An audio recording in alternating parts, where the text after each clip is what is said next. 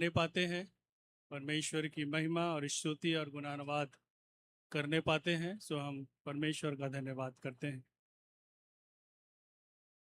और मैं विशेष धन्यवाद करता हूं रेवरेंड सुनील एस जॉन को कि तकलीफ में होते हुए भी आज वो यहाँ पर हमारे साथ हैं। बीते दिनों में कल उनका एक्सीडेंट हो गया था और उनके पैरों में थोड़ा सा तनाव है, दर्द है, खड़े होने में उनको परेशानी है। और अपने घर में थे लेकिन उनको वहाँ पर घर में अच्छा नहीं लगा और वे दवाई खा के यहाँ पर आए हैं ताकि परमेश्वर की संगति में, कलीसिया की संगति में वो परमेश्वर के नाम की महिमा स्तुति और गुणानुवाद करने पाए।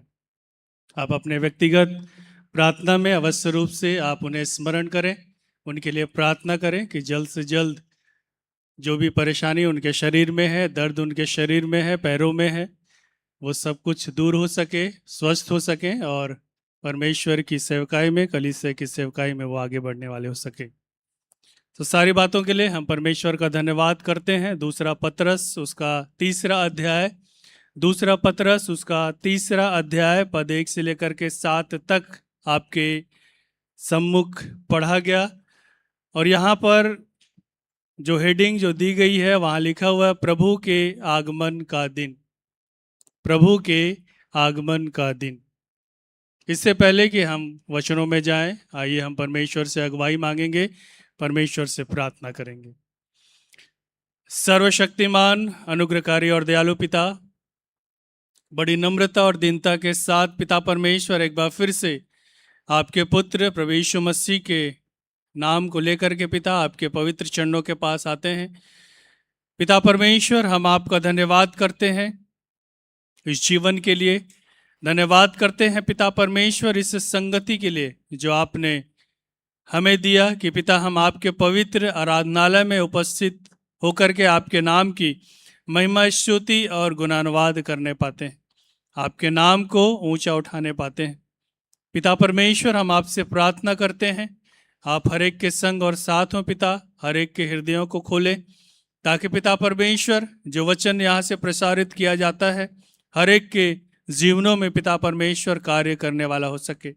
और पिता हम उन वचनों के साथ, उन वचनों के द्वारा पिता परमेश्वर हम अपने जीवन का आकलन करने वाले हो सके।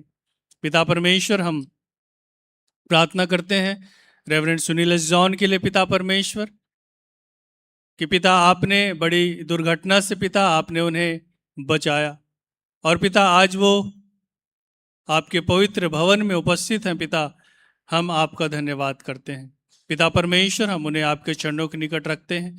पिता परमेश्वर, जो भी तकलीफ उनके शरीर में है पिता परमेश्वर, जो भी दर्द है पिता परमेश्वर, हम आपसे प्रार्थना करते हैं आप जो चंगाई के देने वाले हैं, आप अपने चंगाई भरे हाथों से आप उन्हें स्पर्श करें ताकि पिता परमेश्वर वे पूर्ण रूप से चंगाई को प्राप्त करते हुए पिता परमेश्वर आपके नाम की महिमा स्तुति करते हुए आपकी सेवा में आगे बढ़ने वाले हो सके।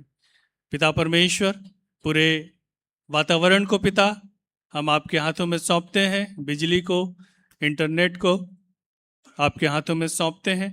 पिता परमेश्वर, ऐसा कोई भी व्यवधान होने ना पाए ताकि पिता हम आपकी महिमा करने से चूक जाएं, परंतु पिता हम आपकी उपस्थिति, आपकी अगुवाई चाहते हैं। हर एक बातों के द्वारा पिता आपको महिमा मिलने पाए। आप मेरे भी संग और साथ हो, मैं नहीं परंतु आप मेरे मुख से होकर बोलें कि वचन पिता हम सबों के लिए आशीष का कारण ठहरे। धन्यवाद पिता प्रार्थना को सुनने के लिए। विनती आपके पुत्र हमारे उद्धारकर्ता प्रभु यीशु मसीह के नाम में होकर मांग लेते हैं, आमीन। जब हम इन वचनों को पढ़ते हैं पद 1 से लेकर के 7 तक, तो इसमें बहुत सारी बातें यहाँ पर लिखी हुई है। यहाँ पर जो पहला पद है कहता है कि हे प्रियो, अब मैं तुम्हें यह दूसरी पत्री लिखता हूँ और दोनों में सुधि दिलाकर तुम्हारे शुद्ध मन को उभारता हूँ कि तुम उन बातों को जो पवित्र भविष्यद्वक्ताओं ने पहले से कही है और प्रभु का उद्धारकर्ता कि उस आज्ञा को स्मरण करो जो तुम्हारे प्रेरितों के द्वारा दी गई थी। और जब हम आगे पढ़ते हैं तो और बहुत सी बातें यहाँ पर कही गई है, बहुत सी बातें यहाँ पर दी गई है प्रभु के आगमन से संबंधित। मैंने जो सब्जेक्ट लिया है, जो मैंने इसको पढ़ा और जो सब्जेक्ट मैंने लिया है वो ये लिया है कि मन फिराव का अवसर। परमेश्वर चाहता है कि हम उसके करीब आए। परमेश्वर चाहता है कि हम उसके नजदीकी में रहें। परमेश्वर चाहता है कि हम उसकी इच्छा के अनुसार अपने जीवन को व्यतीत करें। इन दिनों में जबकि महाउपवास काल है, लैंड डेज में हम प्रवेश कर चुके हैं, इन दिनों में हमें अपने आप को, अपने जीवन को देखने का अवसर है, अपने जीवन का आकलन करने का अवसर है कि हम किस ओर चल रहे हैं। परमेश्वर चाहता है कि हम उसकी ओर फिरे, उन कार्यों को छोड़ें, उन बातों को छोड़ें जो परमेश्वर को पसंद नहीं है, जो परमेश्वर के वचनों के अनुसार नहीं। वो चाहता है कि इन दिनों में हम उसके समीपी में रहें, उसकी संगति में रहें, उसके वचनों में बने रहते हुए हम इस संसार में आगे बढ़ें। और एक समय, एक अवसर वो हमें देता है ताकि हम संसारिकता को छोड़ करके, संसारिक बातों को छोड़ करके, विचारों को छोड़ करके हम उसकी समीपी में रहते हुए हम आगे बढ़ें। वो एक अवसर हमारे जीवन में प्रदान करता है। आज हम जीवित हैं, उसका अनुग्रह है। आज हम जीवित हैं, उसने यह उपकार हम पर किया है। कितने ऐसे लोग थे जो आज के इस दिन को देखना चाहते थे और उन्होंने कई बातों को किया था, कई प्लान उन्होंने किया था कि हम इस वर्ष ऐसा करेंगे, इस समय में हम ऐसा करेंगे, इन बातों को करेंगे, इन बातों को हम छोड़ देंगे, इन बातों की ओर हम आगे बढ़ेंगे। बहुत सारी बातें, बहुत सारा प्लान, लेकिन आज वो हमारे बीच में नहीं। उनकी योजनाएं, उनका जो प्लान है वो धरा का धरा रह गया। जो समय, जो अवसर उनको मिला था, उन्होंने उस अवसर का इस्तेमाल नहीं किया। परमेश्वर चाहता था कि वे उसके समीपी में आए। मुझे नहीं मालूम वे आए कि नहीं आए, परमेश्वर और उनकी बात। लेकिन आज हम जो जीवित हैं, परमेश्वर ने हमें मन फिराव का एक अवसर दिया है, पश्चाताप का एक अवसर दिया है, ताकि हम अपने पापों को मान के उसके करीब आए, उसके समीप आए, उसकी संगति में आए और उसकी इच्छा के अनुसार हम आगे बढ़े। लेकिन आज हम कहाँ पर हैं? इतने वर्ष हो गए, इतने साल हो गए, हम लैंड डेज को मनाते हैं, इन दिनों में हम उपवास करते हैं, इन दिनों में हम चिकन मटन जो भी बातें हैं सब हम उसको छोड़ देते हैं, हम प्रार्थना में लगे रहते हैं, लेकिन क्या हम अपने मन को फिराते हैं? क्या हम अपने मन को फिरा के परमेश्वर के पास आते हैं, परमेश्वर की संगति में आते हैं? क्योंकि परमेश्वर का वचन कहता है कि दिन बुरे हैं, वो अंतिम दिन आ रहा है, प्रभु के आगमन का दिन आ रहा है। क्या हमने अपने मन को फिराया है? क्या हमने अपने पापों से पश्चाताप किया है? क्या हमने अपने पापों का अंगीकार किया है जो हमने इस संसार में रहते हुए किया? क्या हम उन कार्यों को परमेश्वर के सम्मुख लेकर के आते हैं जो उसकी इच्छा के विरुद्ध में हमने किया है? कहाँ हैं हम? हमारी स्थिति आज क्या है? यूं ही आगे भी हम इन दिनों को मनाएंगे, आगे भी हम बहुत सारी बातों को करेंगे, लेकिन अगर मेरा मन नहीं फिरा है, मैंने वाकई में सच्चे हृदय के साथ पश्चाताप नहीं किया है, तो वो सारी बातें व्यर्थ हो जाएगी। वो सारी बातें व्यर्थ हो गया, उसका कोई भी मतलब नहीं है। लेकिन परमेश्वर आज हमें एक बार फिर से अवसर दे रहा है कि हम अपने मन को फिराएं, अपने मन को फिरा के हम परमेश्वर के करीब आए, परमेश्वर की संगति में आए और उसकी संगति में हम आगे बढ़ें। पहला राजा उसका 21वां अध्याय जब हम निकालेंगे, पहला राजा उसका 21वां अध्याय जब हम निकालेंगे तो यहाँ पर हम देखते हैं कि एक राजा के विषय में कहा गया है, एक राजा जिसका नाम आहाब था। परमेश्वर ने उसे सब कुछ दिया, एक राजा के रूप में उसे सब कुछ मिला, लेकिन उसके बाद क्या होता है? उसके राजमहल के पास एक व्यक्ति रहता है जिसका नाम नाबोत था। उसकी एक दाख की बारी थी। राजा उसकी दाख की बारी को देखता है और कहता है कि अरे ये तो बहुत अच्छा है, मुझे ये दाख की बारी चाहिए। और वो उसके पास जाता है, नाबोत के पास जाता है, और आहाब राजा जो है वो कहता है कि ये दाख की बारी जो है मुझे दे दे। लेकिन नाबोत जो है वो उस दाख की बारी को नहीं देता है। वो कहता है कि ये मेरे पूर्वजों का है, उनकी ओर से मुझे मिला है, मैं इसे तुझे नहीं दूंगा। और राजा फिर अपने महल में आ जाता है। उसकी जो पत्नी है वो देखती है कि अरे राजा बहुत ही दुखी है, क्यों दुखी है? तो राजा उससे कहता है, बताता है कि ऐसा ऐसा हुआ। और उसकी पत्नी इजाबेल जो है वो कहती कि रुको, मैं कुछ उपाय करती हूँ। और वो एक षड्यंत्र करती है और उसके तहत नाबोत को जो है वो मरवा डालती है। लेकिन उसके बाद हम इस बात को देखते हैं कि परमेश्वर जो है उसकी इस बात से अप्रसन्न होता है, खुश नहीं होता है। उसके पास तो सब कुछ था, अहाब के पास सब कुछ था, राजा था, उसको किसी बात की कुछ कमी कुछ घटी नहीं है। लेकिन फिर भी वो दूसरों की वस्तु को, दूसरे की जो दाख की बारी रहती है वो उस पर नजर डालता है और उसको वो प्राप्त करना चाहता है और प्राप्त नहीं कर पाता है तो उस व्यक्ति को वो मरवा डालता है।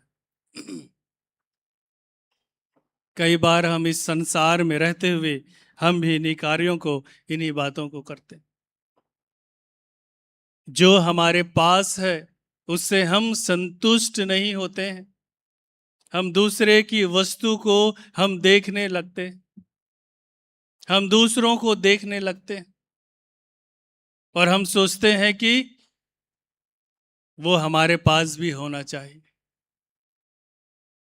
और उसके लिए हम कार्यों को करते हैं, हम उसके लिए बहुत सारी बातों को करते हैं, चाहे वो बात सही हो, चाहे वो कार्य सही हो, चाहे वो कार्य गलत हो, हम उसे प्राप्त करने के लिए या वही वस्तु सेम हमें मिले, हम कार्यों को करते हैं जिससे परमेश्वर नाखुश होता है।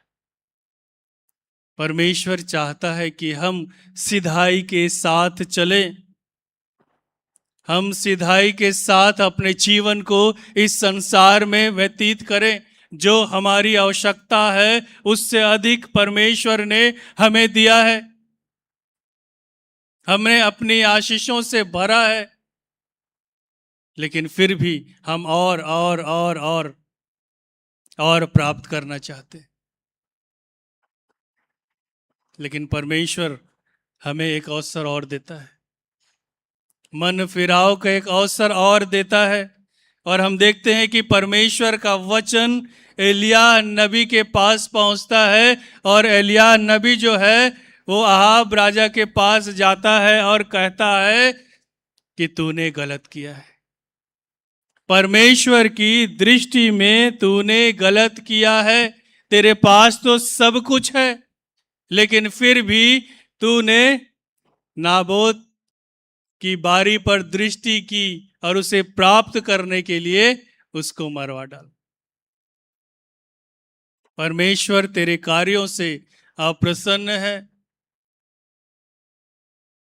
लेकिन उसके बाद जब अहाब राजा इस बात को सुनता है कि एलिया नबी मेरे पास आया है और परमेश्वर के वचनों को मुझे बता रहा है कि अगर तू अपने मन को नहीं फिराएगा तो परमेश्वर तुझे नष्ट कर देगा। और जब हम 27 से लेकर के 27 और 28 पर जब हम पढ़ते हैं, पहला राजा उसका 21वां अध्याय 27 और 28 जब हम पढ़ते हैं तो वहां पर लिखा है कि एलिया के ये वचन सुनकर अहाब ने अपने वस्त्र फाड़े और अपनी देह पर टाट लपेटकर उपवास करने और टाट ही ओढ़े ओढ़े पड़ा रहने लगा और दबे पांव चलने लगा। तब यहोवा का यह वचन तिबशी एलिया के पास पहुंचा, क्या तूने देखा है कि अहाब मेरे सामने नम्र बन गया है? इस कारण कि वह मेरे सामने नम्र बन गया है, मैं यह विपत्ति उसके जीते जी उस पर ना डालूंगा, परंतु उसके पुत्र के दिनों में मैं उसके घराने पर यह विपत्ति भेजूंगा। जब उसने पश्चाताप किया, उसने टाट ओढ़ा, उसने राख लगाया, तब परमेश्वर का क्रोध उस पर शांत हुआ। और हम इस बात को देखते हैं, परमेश्वर कहता है कि वो क्या हुआ? वो नम्र हो गया। वो नम्र हो गया और उसकी नम्रता से परमेश्वर खुश हुआ, परमेश्वर आनंदित हुआ। लेकिन उसने जो कार्य किया था परमेश्वर भूला नहीं। परमेश्वर भूला नहीं, परमेश्वर को याद था। वो कहता है कि इसके जीते जी ये विपत्ति उसके जीवन में नहीं आएगी, ये तकलीफ उसके जीवन में नहीं आएगी, लेकिन उसके जो संतान है उसके जीवन में, उसके घराने में। कितनी बड़ी बात, कितनी बड़ी बात लिखा हुआ है, मैं वह विपत्ति उसके जीते जी उस पर ना डालूंगा, परंतु उसके पुत्र के दिनों में मैं उसके घराने पर वह विपत्ति भेजूंगा।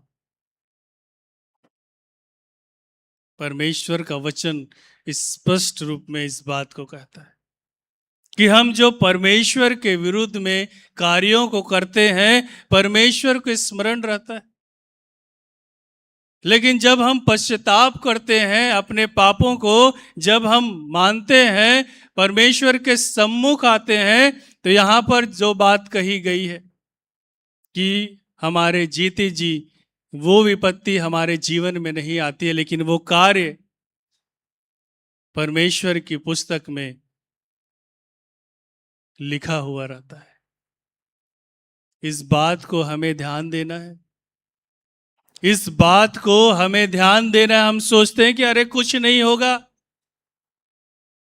कुछ नहीं होगा, हम परमेश्वर से माफी मांग लेंगे, कुछ नहीं होगा, परमेश्वर हमें क्षमा कर देगा। यहाँ पर अहाब राजा जो है वो भी यही बात सोचता है और एलिया नबी की बात को सुन करके वो पश्चाताप करता है, टाट ओढ़ता है, राख लगाता है, अपने आप को दीन और नम्र करता है, लेकिन परमेश्वर उसके कार्यों को याद रखता है। उस पुस्तक में उसका कार्य लिखा रहता है और वो कहता है कि इसके जीते जी मैं वो विपत्ति, वो तकलीफ, वो समस्या इसके जीवन में नहीं डालूंगा, परंतु उसके पुत्र के दिनों में मैं उसके घराने पर वह विपत्ति भेजूंगा।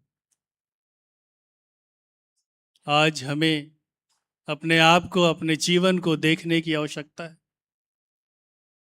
परमेश्वर मन फिराव का अवसर देता है, परमेश्वर चाहता है कि हम उसके वचनों के अनुसार चलें। हम इस बात को सोच लें कि हम अपने आप को नम्र कर लें, हम अपने पापों को मान लें, तो परमेश्वर जो है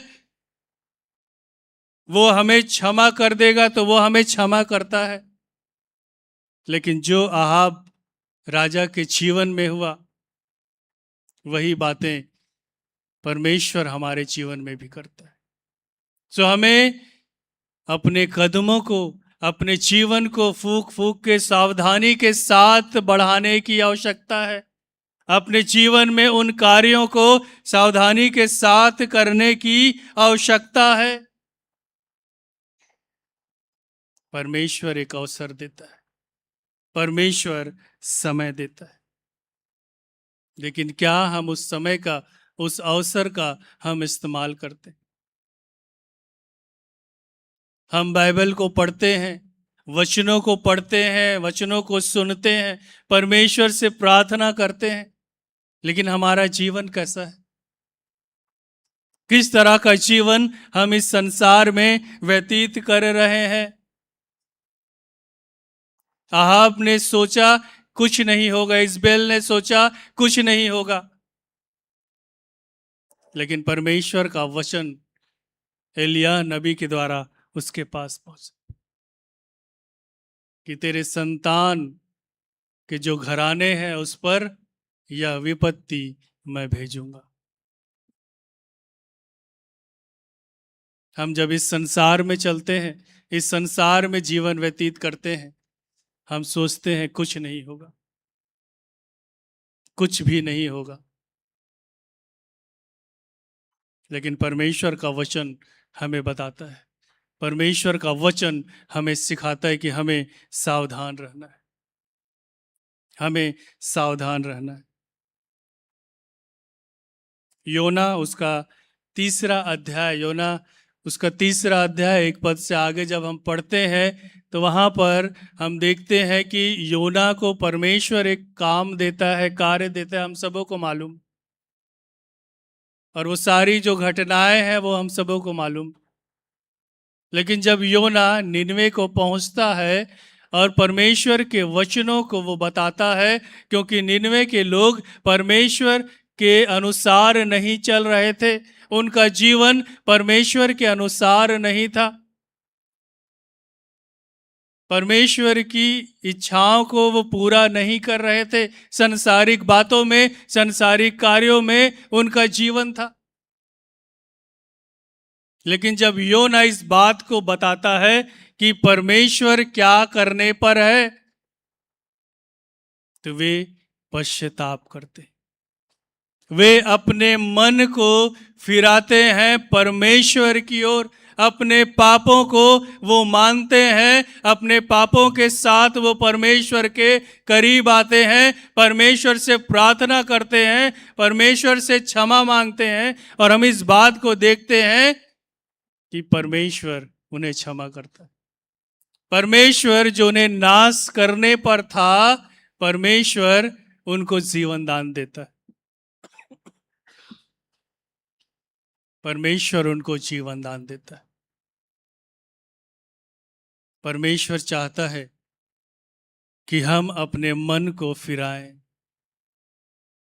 परमेश्वर चाहता है कि हम उसके समीपी में आए, परमेश्वर चाहता है कि हम उसकी संगति में आए, लेकिन हम कहाँ पर हैं?